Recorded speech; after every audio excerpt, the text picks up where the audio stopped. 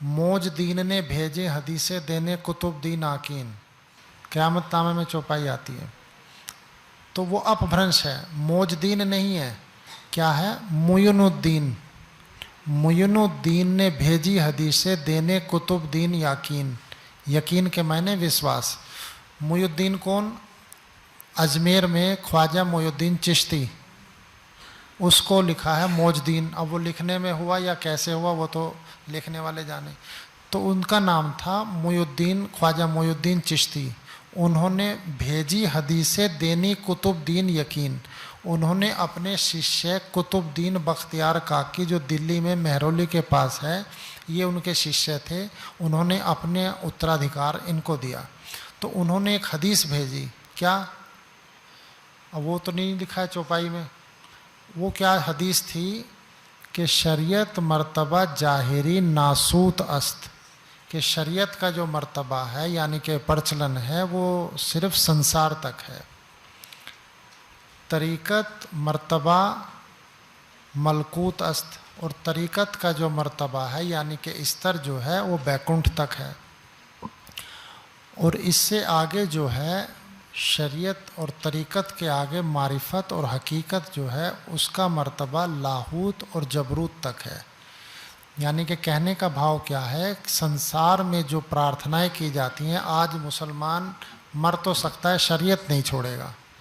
प्राणनाथ जी ने भी जब औरंगजेब को संदेश दिया तो औरंगजेब कहता है 2 बार मुलाकात किए। अब 2 बार मुलाकात करने के बाद भी फारसी में रुबाई कहता है, दर अलिफ सानी कुरान में बीनम, कि अज मेहदी व दज्जाल निशान में बीनम। मानता है कि मैं 1000 साल में निश्चित कुरान को देखता हूँ और आपके जहूर को देखता हूँ और दज्जाल के जाहिर होने का देखता हूँ। लेकिन दूसरी मर्तबा जब फिर मुलाकात करता है तो क्या कहता है, ना दीदार सुभान हक ताला अस्त, ना तो मैंने अल्लाह को देखा, ना दीदार रसूल मोहम्मद अरबी अस्त, कि ना मैंने मोहम्मद साहब को देखा।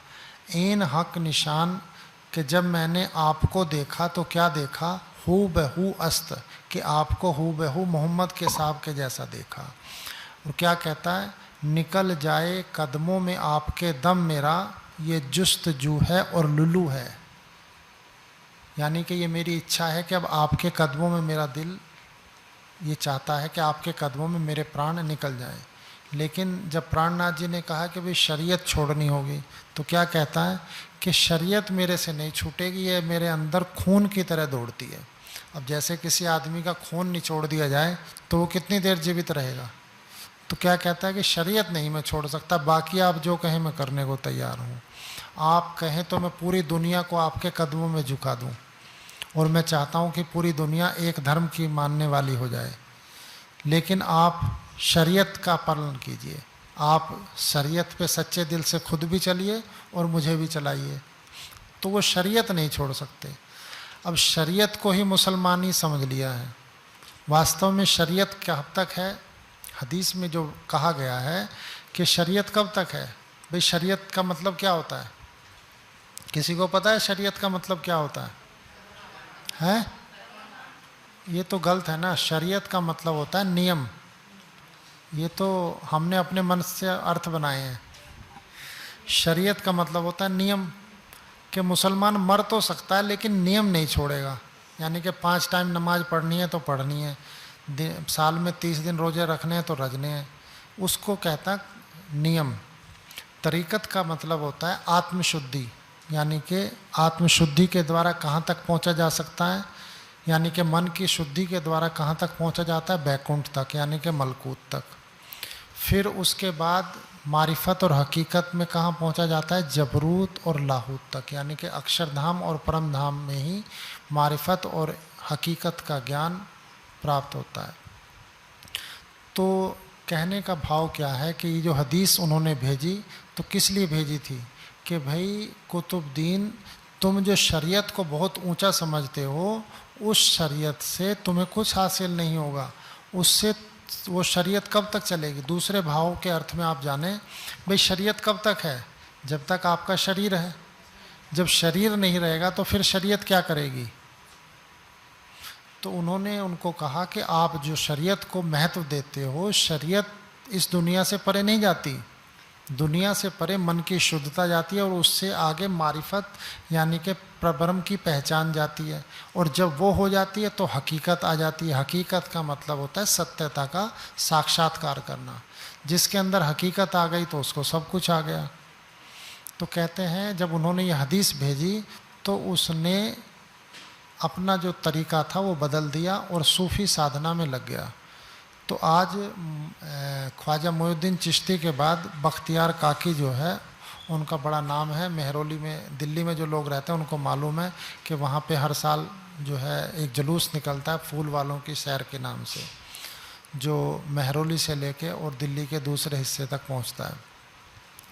तो इसको कहा जाता है हदीस। अब आप समझे कि नहीं कौन सी हदीस भेजी। अब चौपाई में तो लिखा नहीं है कि क्या भेजा, उसमें तो सिर्फ इतना ही लिखा है। तो ये संकेत दिया है कि भाई वास्तव में जो है क्या है। अब जैसे एक चौपाई में लिखा है इमाम सालवी यूँ कहे, अब क्या कहे ये नहीं लिखा है। तो उसमें क्या है, विवाद रहता है मुसलमानों में, हाथ बांध के नमाज पढ़ी जाए या हाथ खोल के पढ़ी जाए। पहले सब लोग हाथ बांध के नमाज पढ़ते थे। यरूशलेम में, जहाँ आज इसराइल जो देश है, यरूशलेम के अंदर जो एक जगह है जिसको मुसलमान भी मानते हैं, यहूदी भी मानते हैं और ईसाई भी मानते हैं। जैसे मक्का में काबा है, तो यरूशलेम में भी ऐसे ही एक मस्जिद अक्सा के नाम से मुसलमान कहते हैं। तो पहले सब लोग उधर को नमाज पढ़ते थे। अब वो जो पहली चौपाई थी ना, हिजरत इत करी, तो क्या मतलब कि पहले सब लोगों की धारणा कहाँ थी, जामनगर में। फिर जब प्राणनाथ जी सूरत में आ गए तो उनकी कहाँ हो गई, सूरत में। तो इसी तरह जैसे कि पहले सारे मुसलमान हाथ बांध के कहाँ नमाज पढ़ते थे, यरूशलेम में, मक्का की जगह यरूशलेम में पढ़ते थे और मस्जिद अक्सा की ओर मुँह करके नमाज पढ़ते थे जो पूरब में पड़ती है। फिर जब हुक्म हुआ कि ए मोहम्मद इनके हाथ खुलवा दो, तो जब हाथ खुले तो सबकी मूर्तियां जो थी सब नमाज पढ़ते तो कैसे, ऐसे रख लेते थे और ऐसे बीच में मूर्ति रखते थे। तो कहते भाई तुम तो नमाज पढ़ने गए। अरे नहीं नहीं, हम नमाज पढ़ने थोड़े गए थे, हम तो अपने माबूद को देख रहे थे और ये देख रहे थे कि मोहम्मद क्या कहते हैं। तो हमने तो उनकी बातों पे सुना नहीं, हम तो अपने माबूद यानी कि अपने ईष्ट को ही देखते नहीं रहे कि भाई हमारा ईष्ट नाराज़ ना हो जाए। तो कुरान के अंदर आयत आई कि ए मोहम्मद इनके हाथ खुलवा दो। जैसे ही हाथ खुलवाने का हुक्म हुआ तो सब ने जो मूर्तियां रखी हुई थी हाथों में वो सब गिर गई। तब से हाथ बांधने का हुक्म ख़त्म हो गया। अब यहाँ से शिया और सुन्नियों में विवाद है। तो इमाम सालवी यूँ कहे, तीन इमाम जो हैं सुन्नियों के, वो कहते हैं कि हाथ बांध के नमाज पढ़ो। दूसरा जो इमाम है मालिक, वो कहता है कि हाथ खोल के पढ़ो। ये है कि इमाम सालवी यूँ कहे कि इमाम सालवी यानी कि सालवी का मतलब दूसरा इमाम कौन, इमाम मालिक। अब ये जो तीन इमाम थे, ये तीनों इमाम मक्का और मदीना के आसपास भी पैदा नहीं हुए। कोई 100 किलोमीटर दूर, कोई 200 किलोमीटर, कोई 150 किलोमीटर, इस तरह ये पैदा हुए। सिर्फ इमाम मालिक जो थे वो मदीना में पैदा हुए। तो जो जिस इलाके में रहता है उस इलाके की परंपरा को तो वही जानता है ना, 100 किलोमीटर वाले को तो नहीं पता कि वो क्या करते थे। तो इसीलिए ये कहा गया। अब रही बात शरीयत की, अब मुसलमानों ने जिसको धर्म समझ लिया वो वास्तव में क्या है कि इब्राहिम पैगंबर को लानत लगी। उनकी पहली पत्नी जो थी सारा, उसके यहाँ कोई औलाद नहीं थी। तो उन्होंने, मुस्लिम प्रथा के अंदर ये रिवाज है उपपत्नी रखने का। तो उन्होंने जो उनके यहाँ सेविका थी उससे निकाह किया और उसका नाम हाजरा था। उसके यहाँ उनको बेटा हुआ। तो खुदा ने उसको बशारत दी कि आपके यहाँ बेटा होगा। तो इब्राहिम पैगंबर कहते हैं कि भाई मेरी उम्र तो 99 साल है, मेरी जो पत्नी है उसकी उम्र भी 90 साल है। चौपाई में आता है ना कि औरत मेरी नहीं जनने वाली, कि मेरी औरत भी 90 साल की है, उसको भी बच्चे नहीं हो सकते, मेरी उम्र भी 99 साल हो गई, तो अब कैसे होगा। तो उनके यहाँ पहले तो हाजरा से बेटा हुआ। जो हाजरा से बेटा हुआ उसका नाम रखा गया इस्माइल।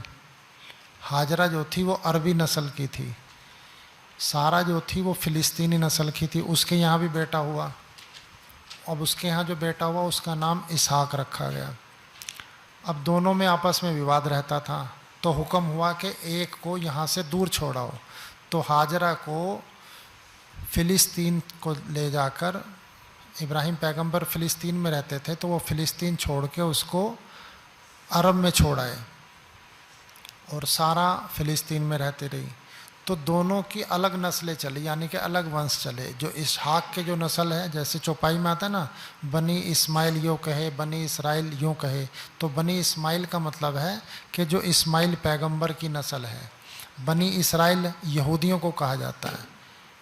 कहते हैं ना, गिरे भुने मुर्ग आसमान से, बनी इसराइल यूँ कहे। बनी इसराइल यानी कि यहूदी लोग कहते थे कि हमारे यहाँ तो ऊपर से भुने हुए मुर्गे गिरते हैं, कि हमारे जो पूर्वज जो साधना करते थे, तो जब उन्हें भूख लगती थी तो वो परवरदिगार से दुआ करते थे और ऊपर से मुर्गे और बटेर तीतर भुने हुए उनके आंगन में गिर जाते थे और वो उसको खा लेते थे।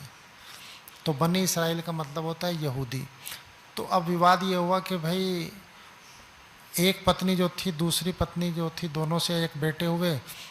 तो न्यायाधीशों ने ये कहा कि भाई इन्होंने दूसरी जो पत्नी थी उसको, क्योंकि विधिवत रूप से निकाह नहीं हुआ, तो इसलिए वो उन पे हराम है। तो उनको सज़ा लगाई गई कि भाई इनके जो ये कुर्ता है, तो ये कुर्ता छुआ होगा तो ये इतना कुर्ता काट दें। अब कुरान कहता है कि भाई जो चीज़ से नुकसान हो वो चीज़ काट दो। मान लो किसी से हाथ से नुकसान हो, चोर के हाथ पहली बार अगर चोरी करता है तो उंगली काटो, दूसरी बार गट्टा काटो, तीसरी बार यहाँ कोहनी से काटो। तो कहा कि भाई पैगंबर है, इसको कैसे सज़ा दें? तो कहने लगे कि भाई इनका हाथ छुआ होगा तो हाथ की जगह कुर्ते का इतना हिस्सा काट दो, ये पैर छुआ होगा तो पैर का इतना पहुँचा काट दो, ये लब यानी कि होठ छुए होंगे तो ये जो मूछें हैं ये तराश दो, फिर इनका जो शरीर का जो हिस्सा है यहाँ पे सिर पे हाथ लगा होगा तो सिर के बाल मूंड दो। तो उसी को मुसलमानों ने ये समझा कि यही इस्लामी शरीयत है और जो इसका पालन करता है वही सच्चा मुसलमान है। अब ये मुसलमानों पे कब लगी? जब मोहम्मद साहब के पास लोग बाग नमाज पढ़ने आते थे और धर्म को मानने आते थे, तो हंसी करते थे, अपने कबीले में जाके कहते थे कि भाई हम तो नहीं जानते या हम नहीं मानते, हम तो सिर्फ देखने गए थे कि वो क्या कर रहे हैं। तब ये आयत आई कि इन पर इब्राहिमी शरीयत लगा दो। इब्राहिमी शरीयत मतलब जो इब्राहिम पैगंबर को सज़ा लगी थी वो इन पर लगा दो। जब ये इधर आएंगे तो पहचान ले जाएंगे कि ये वो हैं, आपके लोग हैं, उधर जाएंगे तो वो पहचान लेंगे कि ये हमारे लोग नहीं हैं। तब लोगों पर ये इब्राहिमी शरीयत लगाई गई कि ये ऐसे दाढ़ी बनाना, ऐसे टोपी लगाना, ऐसे कुर्ते ऊंचे पहनना, ऐसे पजामे ऊंचे पहनना। तो ये उस समय सज़ा के रूप में जो उनको लगाया गया था, उसी को मुल्लाओं ने ये समझा कि यही सच्चा दीन इस्लाम है। उन्होंने कुरान को तो जाना नहीं, क्योंकि कुरान तो कहता है कि बिना इल्म लदुन्नी के फुरकान रहा कुआरा, कि कुरान को तो छुआ नहीं जा सकता बिना इल्म लदुन्नी के। अब इल्म लदुन्नी आए कहाँ से? क्योंकि आज जितने भी मुसलमान हैं वो क्या कहते हैं, मुल्ला उनको ये सिखाता है कि भाई जिब्रील पैगंबर तो सिर्फ मोहम्मद साहब के पास ही वही लेके आते थे, जबकि उनकी बीवी आयशा क्या कहती है कि भाई तुम मोहम्मद को खातमुल नबी तो कहो, लेकिन ए लोगो ये ना कहो कि उनके बाद कोई नबी नहीं। भाई खातमुल नबी का मतलब क्या होता है? अंतिम अवतार। लेकिन कुरान कहता है कि इनके बाद एक आएगा जिसका नाम अहमद होगा और उसके बाद जो आएगा उसका नाम मेहदी होगा। तो अगर मोहम्मद साहब निकल गए तो उसके बाद तो आखिरी अगर उनको कहा जाए तो उनके बाद दो जो कहे उनको तो नहीं कहा जा सकता। तो कहने का भाव क्या है, खातमुल नबी का अर्थ ये नहीं है कि उनके बाद कोई नहीं आएगा।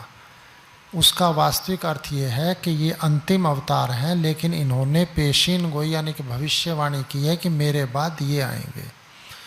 अब उनकी बातों को आप जितने भी प्रमाण देंगे, जैसे ईसाइयों ने मोहम्मद साहब को झुटलाया, यहूदियों ने ईसाइयों को झुटलाया, तो आपकी बात को कोई भी बिना प्रमाण के वास्तविकता को स्वीकार नहीं करेगा और उसके ऊपर भी शर्त रखेगा कि भाई आप शरीयत का पालन नहीं करते।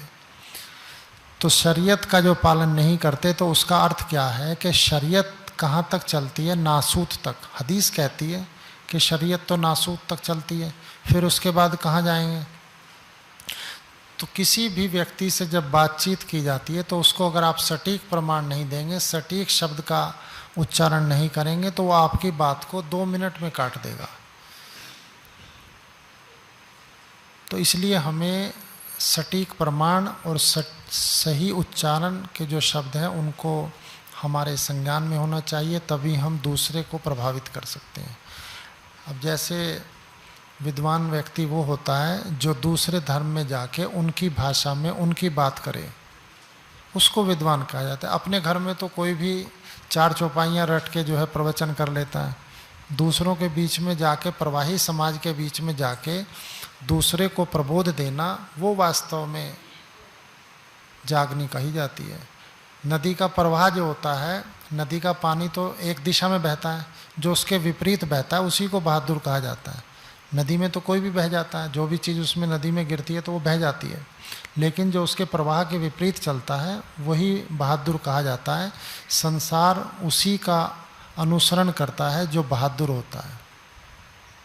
दीनहीन व्यक्ति को कोई भी पसंद नहीं करता, कमज़ोर आदमी को ताकतवर हमेशा दबाता है। जितने भी पैगंबर आए, अवतार आए, उनका उद्देश्य संसार को शिक्षा देना था, संसार को प्रबोध देना था। किसी भी अवतार, पीर, पैगंबर ने ये नहीं कहा कि मैं लोगों को मूर्ख बनाने आया हूँ।